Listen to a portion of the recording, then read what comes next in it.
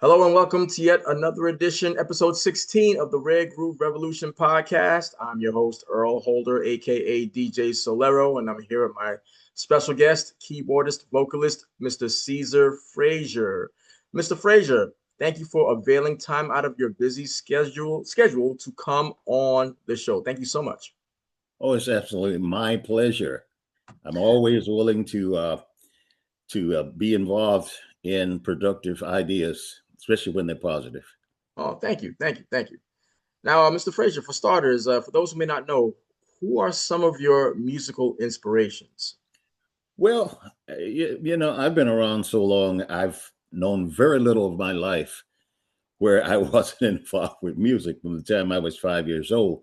So during that long journey, I had numerous people that were inspirational to me. When I was very young, I heard all of the young James Brown, which I loved. I heard Little Willie John.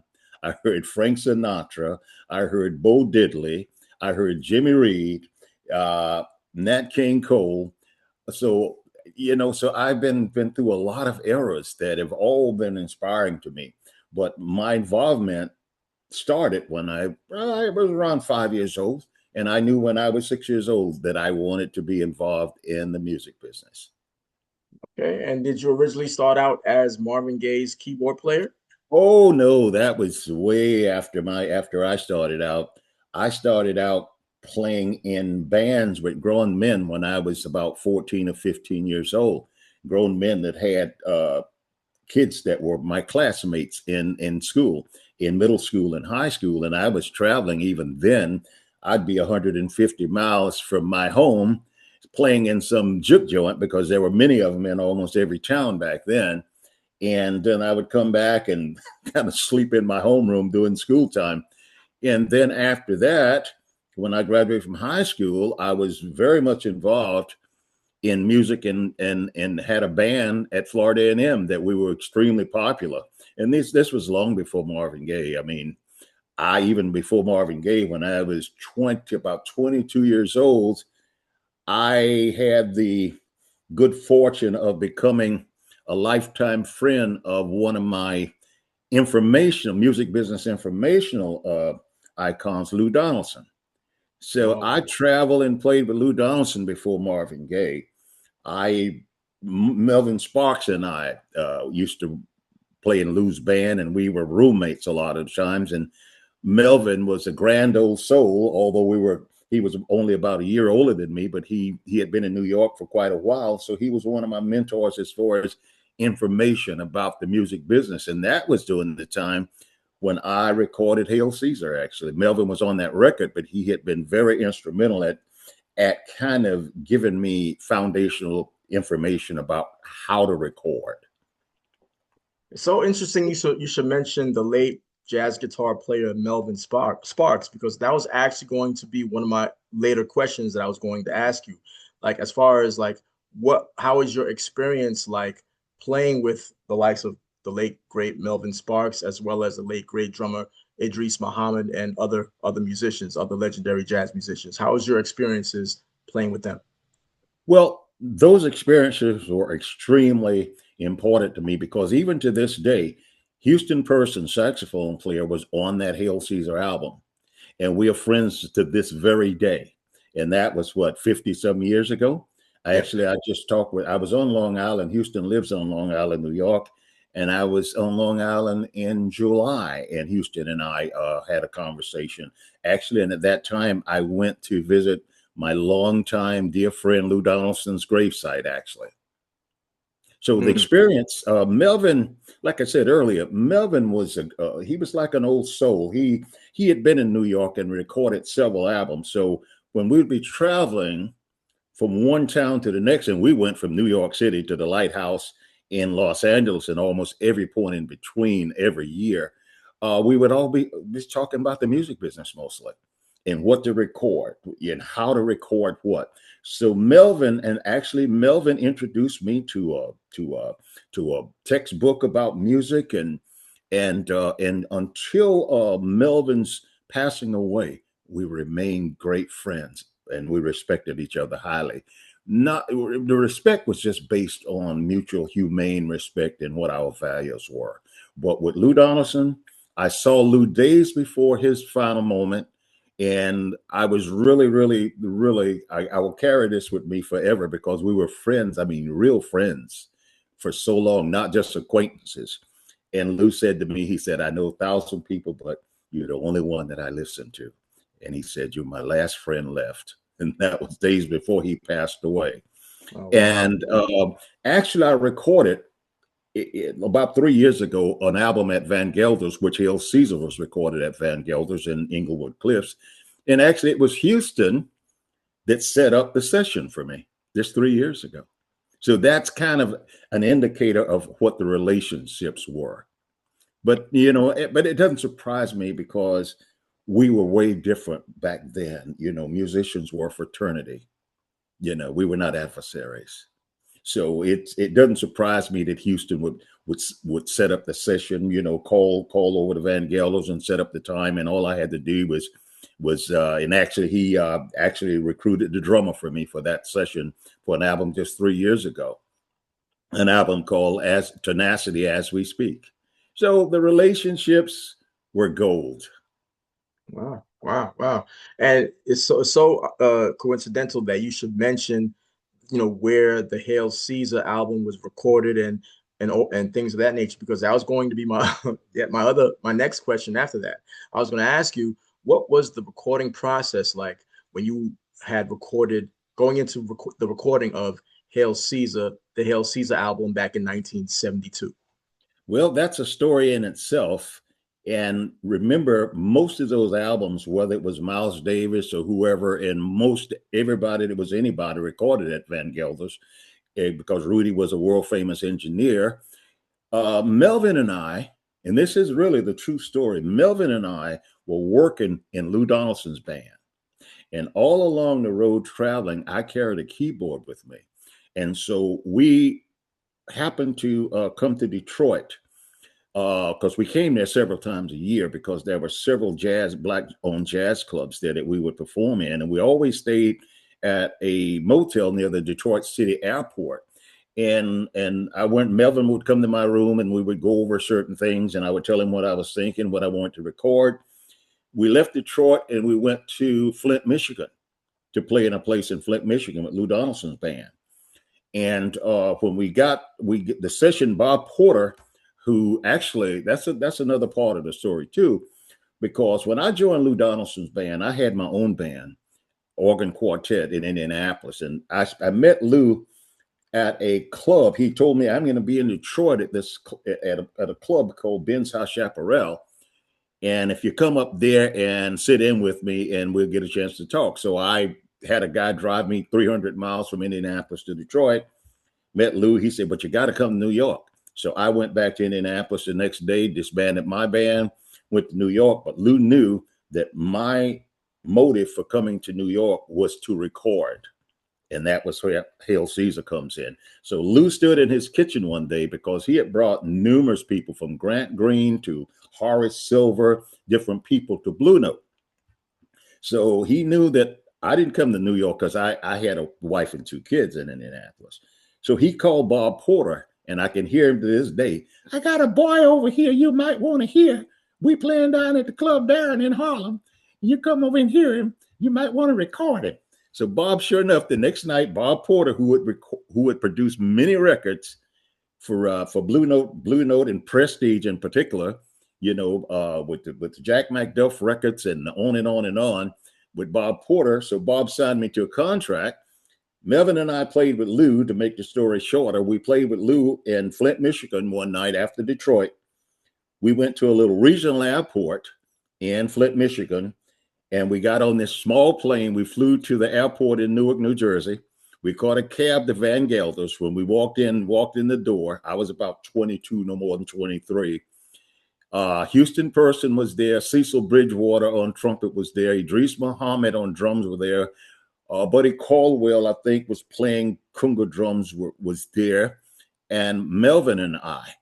And when we walked in, Bob Porter had assembled these guys. I didn't assemble them. Bob Porter did. And I walked in with my little charts that I'd written from motel to motel as we were traveling on the road. And I introduced myself to these guys. I'd never met them before, and told them what I was going to do. And although they had been around a long time, they were very, very professional, and they listened to everything I said. And we recorded those songs. Bob Porter sit in Van Gelder's control room, never came out until I told him the session was over. And when I told him the session was over, Melvin and I got back on the plane, flew back to Michigan, and was playing that same night with Lou Donaldson, that same night, all in one day. That's how that album came about. Wow. So everything was done that one night, the entire album? Day. Most sessions back then, no matter who it was, if you look on the back of the liner notes for most of the Blue Note sessions, most of the Prestige sessions, you will find that most of those albums are recorded in one day. Every now and then, 2 days, but mostly one day. So that was not a stretch that we would.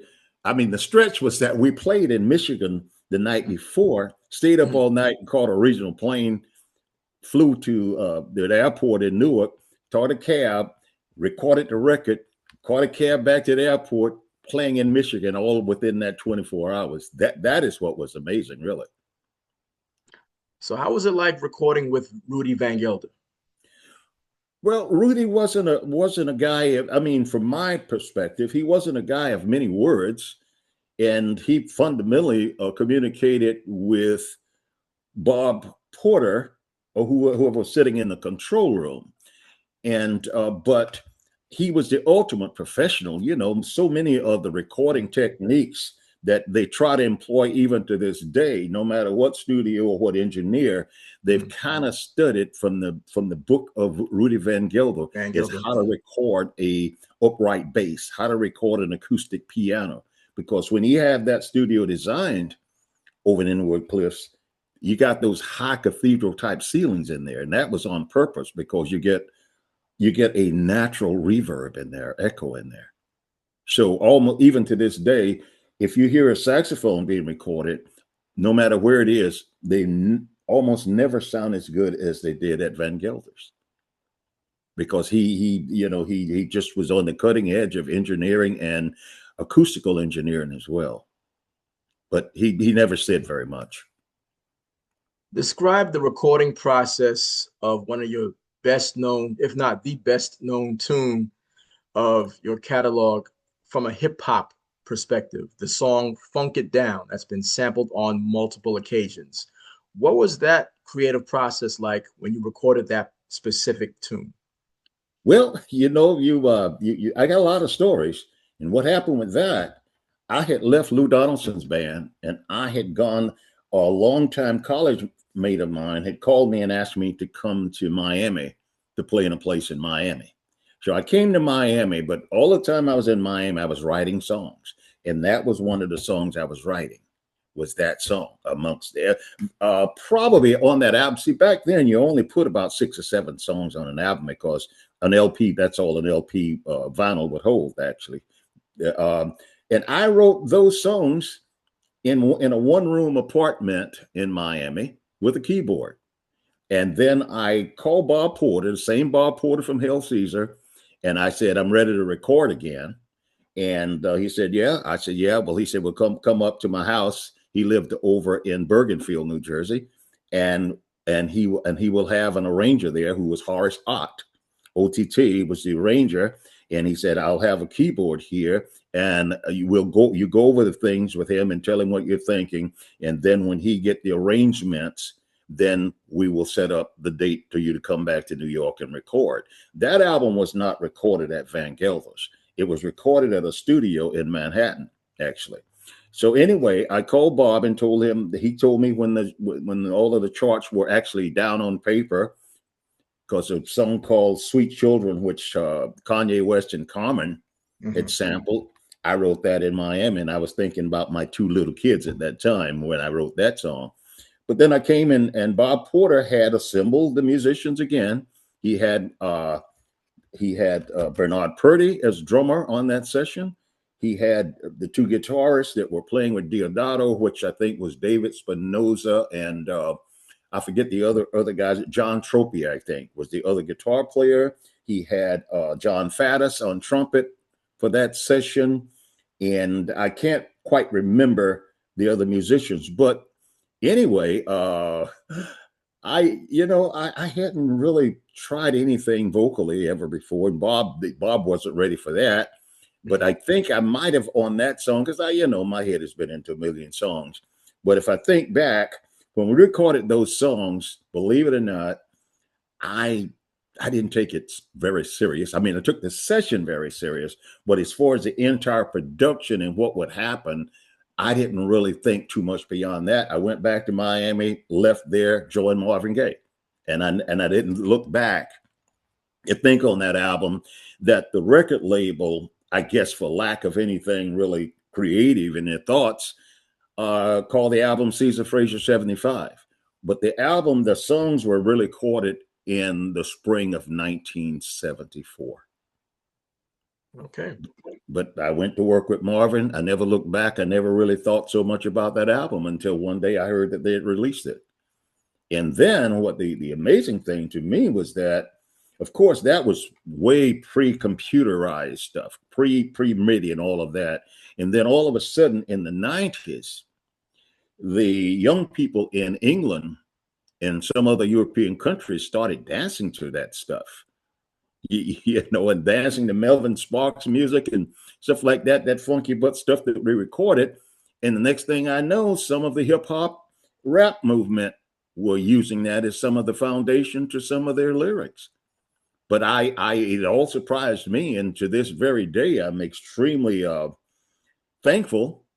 But I'm still kind of surprised. I would have never had any idea that was be the future of those songs that I wrote actually it was a 2-bedroom apartment in Miami. But of course I was staying in one room with a keyboard. Yeah, because I mean that's those, especially with the song "Funk It Down." As soon as it goes into the horns, like da da da da da da da, yeah, that's the part that gets me, or one of the parts that gets me the most out of that entire song. And it just so happens that that particular bridge, that horn bridge, is where some of the the hip hop producers got that sample, where they sampled from your catalog, from that particular song. Well, actually, and actually, I was the brainchild behind all of that. Horace Art, who was the arranger, he just kind of put it on paper form that the musicians in the studio, because it must have been, I would guess, probably at least 9 musicians on that record, because there were 2 or 3 horns, so he put it in a form that where they could, and I just showed up to the session and once again communicated with Bob Porter in the control room about what's what and what the tempos were going to be, and recorded it. And I don't know, I'm kind of surprised myself that, because I came out of a kind of a funk jazz type of background, although I'd heard much of lowdown blues as a kid, that my mind was that diverse. You know what I mean? Because that's not really jazz. So for my mind to be thinking, but I know why I thought that. I can tell you right now why. Because I had many conversations with Lou Donaldson. Many. We would ride from Los Angeles to Denver to Kansas City to Oklahoma City to one place or another. We were driving back then, we didn't fly. And so we had nothing but hours and hours to change drivers and talk about music and talk about the world and politics. And so when you think about the records that Lou had become most famous for recording, were the Funky Butt records, right? With Alligator Boogaloo and stuff like that. And so Melvin had kind of picked up on that direction, and the entire record business, Blue Note and all of them, had started going in that direction. So we thought about recording as a commercial venture, not as a serve my ego venture. Look how well I can improvise. No, we and I would always say that it was Lou Donaldson and Melvin Sparks that were most influential on me for the direction of how we would record these records. Now, You when it know, comes to I'm sorry, go ahead. no, and so therefore, so I'm surprised, but even right now, I'm still, I've recorded 4 albums in the last 8 years, and if you really examine them, they still have that commercial attitude. They're a mixture because way back in the '60s, Ramsey Lewis was one of the absolute inventors. Would hang on Sloopy, wade in the water in crowd, and he kind of led the way. And when Lee Morgan recorded the Sidewinder, well, that was the real game changer for jazz musicians. And when Horace Silver recorded "Song for My Father," so everything was kind of veering in that direction. And those were really the inspirational blueprints that really was most responsible for Hail Caesar, for Caesar Frazier 75, and on and on. I noticed that you had mentioned to me the album Another Life. Well, that album, I was in another place. I was working with Marvin Gaye, and I was really even in a different frame of mind. And actually, on half of that record, the rhythm musicians, or guess who? You probably would never guess it without reading it. They're the Funkadelic Parliament. Oh, really? Oh, because Eastbound, because you recorded the your albums under Eastbound Records, right? And That's right. Eastbound was like a subsidiary under Westbound No, or what something. happened? What happened actually when Armin Palladium that owned Westbound Records, the Ohio Players, the Funkadelics, and the Detroit Emeralds recorded on his label, headquartered out of Detroit, called Westbound Records. When I recorded Hail Caesar, he had come up with the notion that he wanted to have a somewhat of a funky jazz offshoot sub label to Westbound. And if you notice, Hail Caesar is actually released on the Eastbound. Caesar Frazier 75 is released on the Westbound because I think he had kind of abandoned that notion of Eastbound, because he recorded several people on the Eastbound. Even Houston Person recorded probably 3 or 4 albums on that Eastbound label. On Eastbound. But then the music business was changing rapidly. So then everything went back to Westbound. 1978, I went to Detroit, and all that was recorded in Detroit. And because the Funkadelics and the Funkadelics, because the Parliaments were the same group, but they were on a label called Casablanca. So Bernie Mendelsohn, he's no longer with us, but he recruited Glenn Goings and Gary Scheider. All those guys are gone, no longer with us, to record some rhythm tracks for me. So that's how that came about. Oh, okay. Now, as far as sampling is concerned, how do you feel about hip hop producers sampling your work, past and present? I have no objection whatsoever. In fact, I strongly feel that if they had not sampled my music, Lou Donaldson, Melvin Sparks, on and on and on, that music probably wouldn't even have an identity at this time without them. They gave it a life that it probably never would have had without them.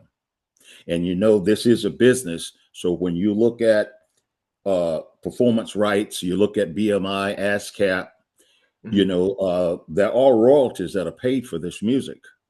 Without them, those tracks would have been dead 40 years ago.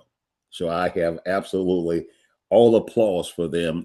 In fact, I recorded an album, which I mentioned earlier, at Van Gelder's about 3 years ago, called Tenacity As We Speak, with some really great Eric Alexander on the saxophone, Peter Bernstein on the guitar, and myself and Vince Hector on the guitar. And I recorded one song on that album in particular geared toward trying to attract some of the hip hop artists. And it was called Excuse Me.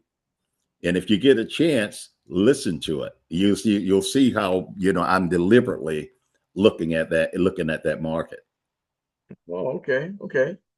Now, let me ask you a question. Did you foresee your 70s albums that you recorded on both Eastbound and Westbound records being appreciated and becoming like pretty much collector's items, it being as well as being introduced to a younger, newer audience back then? Did you see like did you foresee the appreciation these albums that you released back then would gain in later years? Never in my wildest dreams. Never in my wildest dreams. I just kind of lived for right now and tomorrow and not looking back, and never in my wildest dreams. And I've been very, very surprised, but very, very elated that numerous people have contacted me about these records. Even about 10 or 12 years ago, there was some Japanese company, they contacted Lou Donaldson's daughter because they saw a reference to me on her website and asked her whether I was still alive. Or I had any family who was still alive. And she forwarded to me, I wrote to them, they were re-releasing a compilation of every one of those songs you're talking about. And they sent me an email with about a dozen questions on there. And one of the questions was a question about Melvin Sparks, a question about Miles Davis, a question about James Brown, and wanted to know my thinking on them. And because they wanted to do liner notes for the release, they had bought the rights from a company in London called Ace Records. I guess Ace had bought the rights from Armand Beladim in Detroit. Never in my wildest dreams would I would have ever thought. And just to fill you in on one other thing, one day about maybe six years ago, my phone rang, and it was a guy, and I'm hesitant, just like I think I was hesitant, when you called me, because I didn't know who it was, and he asked me whether I was Caesar Frazier, and he went on to tell me that he was a record collector. So then I kind of loosened up once he identified himself, because you get a lot of scam calls, you know what I mean? Yeah, right. And I loosened up, and I told him, and he was only about 20 miles from my house. And he was a record collector, and he had been in Daytona Beach, Florida, buying albums from someone there. And he wanted to know whether I had any of Hail Caesar that I owned, any of Caesar Frazier 75. And I said, I think I do, because I didn't, I said, I think I probably do, because I have probably 1,000 vinyl records, and I think I do. I don't look at them. And I said, and he said, well, I'd like to come by, and I'd like to buy them from you. And I said, well, first I got to find out what they're worth. So I went out online, and I found out that they were worth hundreds of dollars. Blew me away. And I actually had the original test pressing from Hail Caesar. Oh wow, yeah. So that's definitely worth something in itself. I had the original test pressing from Hail Caesar, from Caesar Frazier 75, and I sold them to. But I had no idea. I would have never, in my wildest dreams, thought that they would have had that kind of value, and people would have been that interested in them. Oh yeah, I believe it. Well, what are you up to these days? Well, I'm still performing. I actually later this afternoon, I have to go to Daytona Beach, Florida, and perform in Daytona Beach, Florida. I still perform several times a month, actually. Year before last, about this time, I was just returning from Copenhagen, doing a live album in Copenhagen, actually. And year before last too, I did a live album in Savannah, Georgia, and so at a performance center in Savannah, Georgia. So I'm preparing right now as we speak. Well, I'm preparing. Artists are always preparing, but I'm preparing to record another studio album as we speak for this coming year, which would be 2026. So I'm still very much involved. I mean, I still practice virtually 7 days a week. So it's not like I'm, resting on Hail Caesar by no means. Okay. Well, I guess in conclusion, what advice would you give to other musicians getting into the business? Well, I think you just hit it on the head. Understand and study the business, because it is very different than it was years ago. We were just artists, and we knew nothing about the business. And then the people that owned the businesses controlled everything. We just recorded for them. But now it's a completely different business model with streaming. Even the big labels like CBS, Sony, Warner Music Group, they're all scrambling every day to try to figure where this thing is going. I would advise anybody that wants to deal with this to study the business, and what is really going right now. Unfortunately, I think that we have a gorilla in the mix that probably is going to create a lot of havoc for being a musician and talk about making a living. That is artificial intelligence. So that being said, and I get emails on the music business every day from about 6 or 8 different sources. And just this week, Warner made an agreement with one of the artificial intelligence people that they really was adverse to 2 months ago. And they made an agreement with them. So right now, I've read that one of the streaming platforms, I think, I'm not going to call their name, they get 50,000 tracks that are artificially generated every day. And they said that they have polled people, and they said 90% of the people can't tell the difference whether it's a human or whether it's a computer that's made this music. Yeah. And so I would advise anybody that is going to get involved in the music business to realize that it's very much that, a business, and try to study the business because it's constantly evolving to a new form, especially there was a lot of lawsuits early on a couple of years ago with the AI. A lot of the same companies that were suing them over copyright infringement are making alliances with them now, because it's all about what's going to make us money. And when you deal in any type of idiom, musically, artwork that can be duplicated easily, well, then that's trouble. I would think by my thinking that true jazz artists are probably might be, from an art standpoint in business, less affected because it's not that easy to replicate what jazz musicians do, because it's not repetitive like other genres where it's a repetitive theme and they can take a computer and sample that competitive theme and then that's it. So, but know the business and understand in making your choices what you're really getting into. But if you're an artist, that doesn't matter because you study your instrument. Even, you know, I'm not a young person anymore, but like I said earlier, I still practice almost 7 days a week. I practice because I love the journey and the art journey. But if you're in it just as a business, I think you're going to have a real mountain to try to climb, because a lot of young people don't realize that all of this music is owned by Wall Street. Every bit of it. Wall Street investors. Some of it's in people's 401k plans. Last year, the creators of Spotify, 2 guys, they cashed out $1.3 billion of stock out of the streaming platforms that they started, Spotify. So, but the artists never see that money. Which is a shame. It's all the venture capitalists. The Wall Street is even BMI, which I've been associated with for 50-some years. Last year, BMI was sold to venture capitalists. It was a nonprofit for all those years, and it was sold last year to venture capitalists on Wall Street, which means the artist was not going to get as much money for their music. So I would, to make a long story short, study the business and have a good idea, because you cannot navigate it and make anything be in your favor without understanding the business aspect of things. Understand streaming, and because streaming plays very little. And even Spotify, if you don't get at least 1,000 listeners in a year, they don't even pay you. They just put that in a big pot for the big boys. So, study the business in making your decisions, because it's not a business for the faint of heart, and it is very much a business. There's not a tremendous amount of places to perform the way it was when I was younger.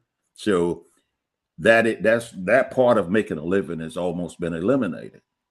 So that's what I would advise young people to do, is to be very cognizant and studious about the business in making your choices, but control as much as you can. Make sure you understand royalties. Make certain you understand all of the platforms that collect the royalties for performance rights. Understand all of that as far as trying to devise some kind of strategy that you may be able to make sense out of this, because it's far more difficult now than it used to be. Mr. Frazier, on that note, thank you so much for availing time once again out of your very busy schedule to come on the show here on the Rare Groove Revolution podcast. And you are definitely welcome to come back anytime you want. Thank you for this very thorough interview.